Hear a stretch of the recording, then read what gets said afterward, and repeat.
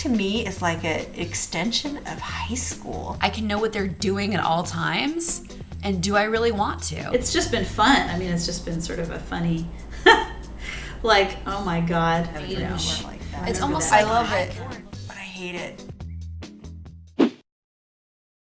I'm Rebecca Wolf with girlsgonechild.net, and today we're talking about Facebook. Facebook.com. Do you frequent? Do you spend a lot of time there? Time perhaps that you should be spending with your families, with your children. The problem with Facebook is that, just like blogs, you can click through until, suddenly you've been sitting at your computer for an hour. I'm afraid, that my kids are going to think back on their childhoods and think of me on the computer. My mom was always on the computer, twiddling on her blog or whatever, and instead of being outside with us. And that is something that I'm conscious of every single day.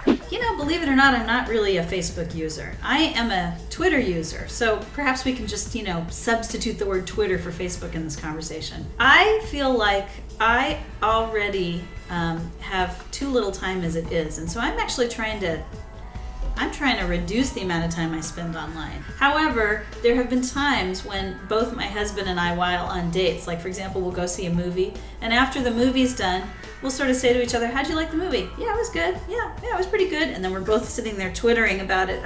So I have a feeling that people on Twitter know more about what we think about the movie rather than we do. So some might call that a little bit strange. My golden rule is that I need to have a social life before I can have an online social life. The big bulk of my friends are really into using Facebook and actually get upset with me sometimes when they posted something up there and then text message me later, or we talk later, and they're like, well, didn't you see that on Facebook? I put that up on Facebook.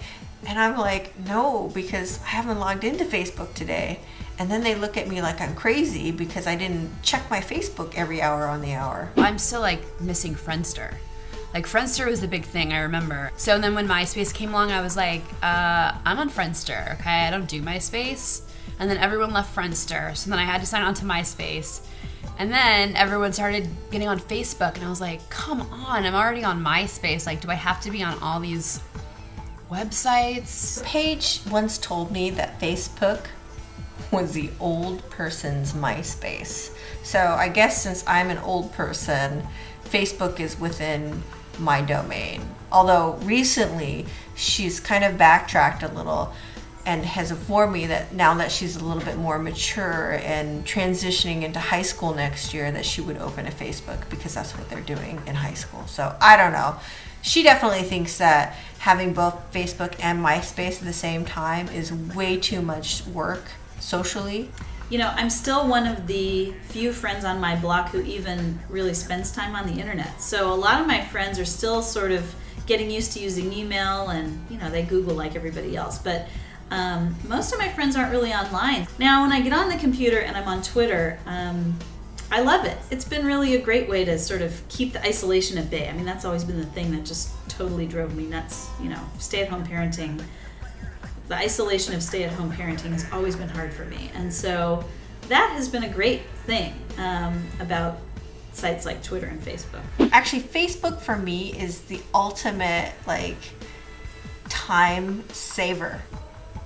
And that is why I use it daily, because I can't stand talking to people on the phone. Facebook allows me to have conversations with people without really having conversations with them. Even though it's fun to stalk ex-boyfriends and old friends and to see people that I haven't seen in 15, even 20 years, it's a bit disconcerting. The guy that I totally crushed on in high school is he's holding his bong, his hand are on some stripper, and his hands are in his pants, and he has his man boobs, and it totally blows the fantasy. Facebook to me is like an extension of high school, where you're in little cliquey groups here and there, and I'm not like that, but I know that there are people who are like that.